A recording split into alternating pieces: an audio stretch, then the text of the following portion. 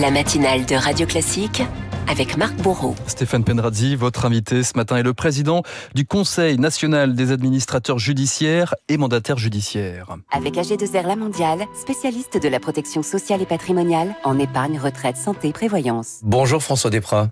Bonjour. Bienvenue sur Radio Classique. Les défaillances d'entreprises ont atteint un niveau record sur les 9 premiers mois de l'année, avec plus de 49 000 procédures selon les chiffres que vous avez compilés. Et nous risquons d'atteindre la barre des 70 000 défaillances sur l'ensemble de l'année, ce qui n'est encore jamais arrivé. Pourquoi toutes ces défaillances? Est-ce que c'est lié uniquement à la conjoncture ou est-ce qu'il y a d'autres facteurs? Actuellement, on peut penser que l'augmentation de ces défaillances est due à la conjoncture économique, à la situation politique nationale qui est assez délicate, oui. et au contexte également mondial qui est plus que complexe, avec notamment certaines entreprises qui vont être touchées par les droits de douane imposés par les États-Unis. Voilà. Tout ceci fait un cocktail assez compliqué en ce moment à gérer. C'est vrai que les défaillances ont beaucoup augmenté en 2024, puisque nous avions déjà terminé l'année avec une augmentation de 18%.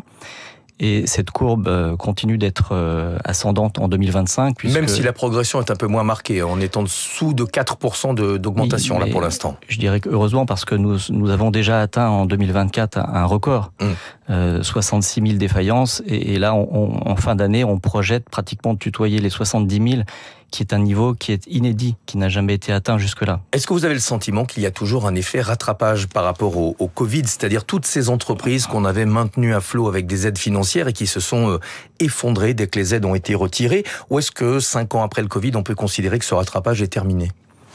Alors l'effet rattrapage, nous l'avons connu en 2023, avec en effet les suites du Covid.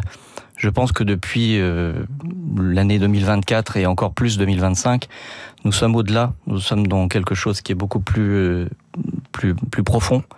Des marchés qui sont difficiles, des trésoreries qui sont tendues, des acteurs dans le domaine économique qui sont également prudents. Je pense notamment aux banques, les fournisseurs également qui ne veulent pas connaître l'effet domino. Ouais. Tout cela rend un contexte difficile pour les entreprises et les chefs d'entreprise. On a beaucoup parlé des prêts garantis par l'État, ces prêts qui avaient été accordés aux entreprises pendant la crise sanitaire. Les derniers vont devoir être remboursés avant le milieu de l'année prochaine. Est-ce que ça risque de précipiter encore d'autres entreprises vers la faillite ? Alors, je ne pense pas, parce que il est vrai que toutes les entreprises que nous voyons en difficulté en ce moment et qui sont nées avant la période Covid ont eu recours au PGE. Mais il faut, on va dire, garder une certaine mesure, puisque le taux de défaillance actuellement des PGE n'est que de 4%. Alors vous me direz 4% de 145 milliards d'euros, c'est évidemment important, mais je ne pense pas que ça soit la cause principale des difficultés actuelles. Quand une entreprise est en difficulté, le PGE, certes, n'est pas remboursé, mais également tous les fournisseurs ne sont pas remboursés, les caisses sociales et l'administration fiscale est également... Donc il y a un effet domino. Absolument. Ouais. Est-ce qu'il y a des secteurs qui sont particulièrement exposés aux faillites? On sait par exemple que le secteur automobile est en difficulté et que derrière les gros constructeurs, il y a toute une série de sous-traitants qui, pour certains, ont dû mettre la clé sous la porte. Alors l'industrie automobile, je vais y venir bien sûr, mais les trois secteurs que l'on retrouve et qui sont les plus touchés, on va dire de manière assez récurrente, sont la construction, quoique nous avons assisté à une certaine stabilité depuis quelques semaines, le commerce et également l'hébergement et la restauration, avec une augmentation très sensible sur la restauration. En quatrième secteur touché, nous avons effectivement l'industrie, et particulièrement l'industrie automobile. On le sait, on est aujourd'hui sur une industrie qui était pourtant un fleuron de la France et aujourd'hui qui est en difficulté, avec des entreprises qui présentent un certain nombre de salariés d'ailleurs qui sont soumis à des procédures collectives. Donc ça nous inquiète, notamment dans les départements dans lequel j'exerce particulièrement, dans l'Ain, où on a notamment la plasturgie, qui est un secteur qui alimente beaucoup l'industrie automobile. Et effectivement, c'est une source d'inquiétude importante. Vous avez le sentiment qu'on pourrait éviter certaines faillites en étant peut-être plus proactif de manière préventive. Si aujourd'hui, moi, je suis à la tête d'une entreprise et que je suis en difficulté, qu'est-ce que vous me conseillez ? Alors, il existe, on vient de parler des défaillances d'entreprise et donc cela concerne les procédures dites collectives que sont la sauvegarde et particulièrement le redressement judiciaire et la liquidation judiciaire. Mais il existe également 2 procédures de prévention qui sont le mandat ad hoc et la conciliation. Qui sont confidentielles, c'est intéressant et c'est important parce que les entreprises n'ont pas forcément envie d'étaler leurs difficultés sur la place publique. Alors, c'est un message très positif, effectivement, que l'on peut délivrer aux chefs d'entreprise pour répondre à votre question.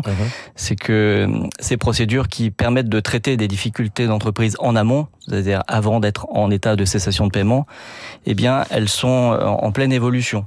On assiste à une augmentation de 35% en 5 ans. Et ce sont des procédures qui concernent des entreprises de toute taille, et particulièrement des entreprises de taille moyenne, voire grande. Et enfin, ce sont le message positif, ce sont des procédures qui génèrent un taux de réussite de l'ordre de 70 à 75%, quand on sait qu'un redressement judiciaire n'aboutit qu'à peu près un tiers à un plan de redressement. Donc il faut Donc anticiper. c'est très positif. Ok. Il nous reste peu de temps, j'aimerais qu'on parle des perspectives. Comment est-ce que vous anticipez la suite ? On a en ce moment beaucoup de vents contraires pour les entreprises, on en parle évidemment tous les matins, droits de douane, conjoncture. Pensez que le nombre de faillites va encore augmenter l'an prochain ? C'est assez difficile de se projeter. Je pense qu'on va terminer l'année, comme je l'ai dit, 2025 à un niveau encore très élevé. Difficile d'imaginer ce que 2026 sera fait, notamment sur le plan politique français, sur le plan mondial.